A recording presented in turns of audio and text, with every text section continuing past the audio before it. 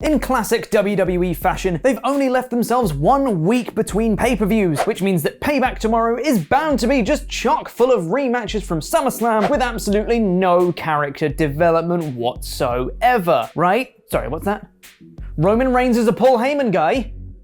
What? Last night's episode of SmackDown saw Adam Pearce's journey to get the 3 competitors in the triple threat match for the Universal Championship to sign the contract, which ended with Roman Reigns. Reigns then said he's going to win on Sunday. That's not a prediction, that's a spoiler. And then Paul Heyman was sitting next to him. Holy hot damn. I'll dive more into the angle itself later in the video in my SmackDown review portion, but what does this mean for SmackDown and WWE? A report from PW Insider states that the plan right now is to push Roman as the top heel on SmackDown. Guys, it's the Roman Reigns heel turn, the thing you've always wanted. Now please be happy about it. The report also states that Braun Strowman will also continue to be a heel moving forwards. And interestingly enough, the top babyface on SmackDown is going to be The Fiend. This was already seen on last night's episode, as during a video recap of Roman's return at SummerSlam, cheers were overlaid to The Fiend winning the championship. Who do you want to see Roman feud with for the Universal Championship? Because he's definitely winning tomorrow night. Let me know in the comments because I'll be replying to people from out of his sparkly new white teeth. But Paul Heyman wasn't the only shock return on SmackDown, and no, I'm not talking about Sami Zayn, I'm talking about Kenny Omega, who was part of the Thunderdome audience. Twitter user @MackenzieAs93V2 tweeted an image of the SmackDown Thunderdome where current AEW Tag Team Champion Kenny Omega was seen quite happily watching along. Yes, very clever, it's clearly just a picture of Omega, he wasn't really watching I was just trying to have a good time. I honestly didn't think anyone would notice. So he was watching. Nice. The ratings are in for this week's episode of AEW's Thursday Night Dynamite, no thanks to Kenny, the traitor. Despite being outside its usual Wednesday time slot, AEW Dynamite upped its viewership to 813,000 viewers, an increase from last week's 755,000. Conversely though, Dynamite dropped its ratings in the 18 to 49 demo from 0.31 last week to 0.29 this week. Next week is the go-home show for All Out, and they're returning to their usual Wednesday night time slot, and they're unopposed as NXT's running Super Tuesday, so you'd expect next week's show to be even higher. But it's not all about AEW, as Payback is tomorrow night, and noticeable by their absence on last night's SmackDown was Retribution. Wait, no, sorry.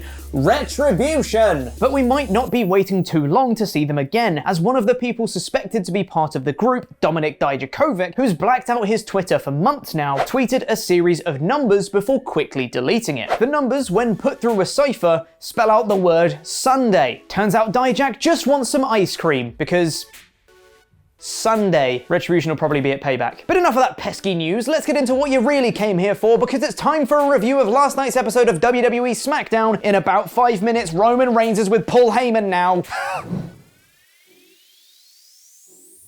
After a recap of Roman Reigns returning at SummerSlam, breaking news, the big dog is back. Adam Pearce is backstage in Vince McMahon's office, and Vince tells him he needs signatures from the 3 people competing for the Universal title at Payback before handing him an outfit to wear so he can enter the Firefly Funhouse? Huh? Also, I'm going to address this problem once and only once, though it was prevalent through the whole show. The crowd noises this week were obnoxious. It was a constant drone of noise instead of ups and downs like actual cheers do. It just covered some of the people talking and didn't add anything. It was like those vuvuzelas in the World Cup sorted out. Anyway, the first match of the night was Jeff Hardy versus Shinsuke Nakamura, the former of which who had issued an open challenge for the Intercontinental Championship, which AJ Styles was not happy about. He came out to lambast Hardy for winning with the knee brace last week, which actually played into this match too, as Hardy used the brace again to turn the tide of the match before hitting a twist of fate and the swanton to pick up the win. Is Hardy using the brace intentionally or just a happy accident? That's actually quite a good story to tell. I'm curious to see if they build on this. But the segment's not over there, because Sami Zayn is back. He comes out with the Intercontinental Championship, calling Hardy a fraud and a fake champion. I was so excited to see Zayn back. It's just a shame that his return was a bit pants. He booted Hardy in the face, to which Hardy then stood up and his music played as he celebrated. And later he was backstage with Kayla Braxton, who made him out to look like a massive dick for not being around for months. We're in a pandemic, guys. And in another backstage promo later, his old teammates of Cesaro and Nakamura weren't too happy to see him either, saying he'd been gone for 4 months without so much as a phone call, again making him look like a massive dick for taking time off during a pandemic. But don't worry guys, there's no consequences for taking time off, remember?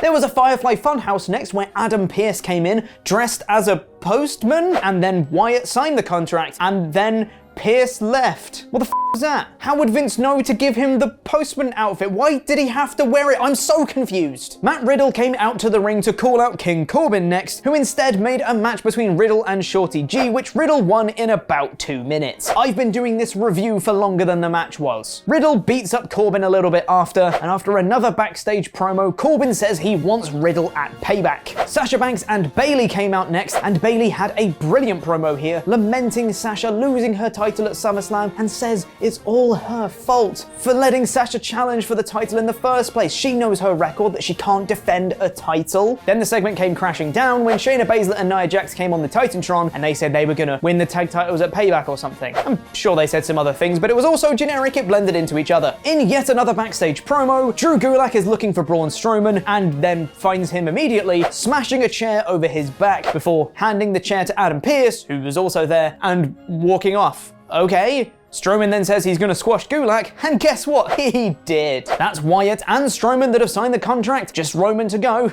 I'm sure that'll be uneventful.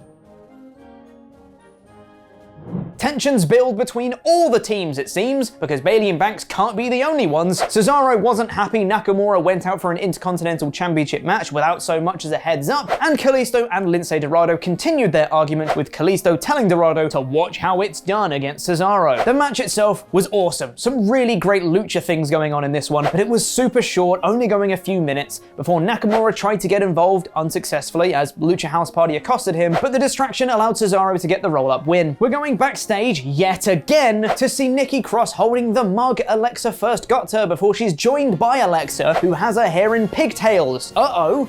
And she's got a singular dreadlock.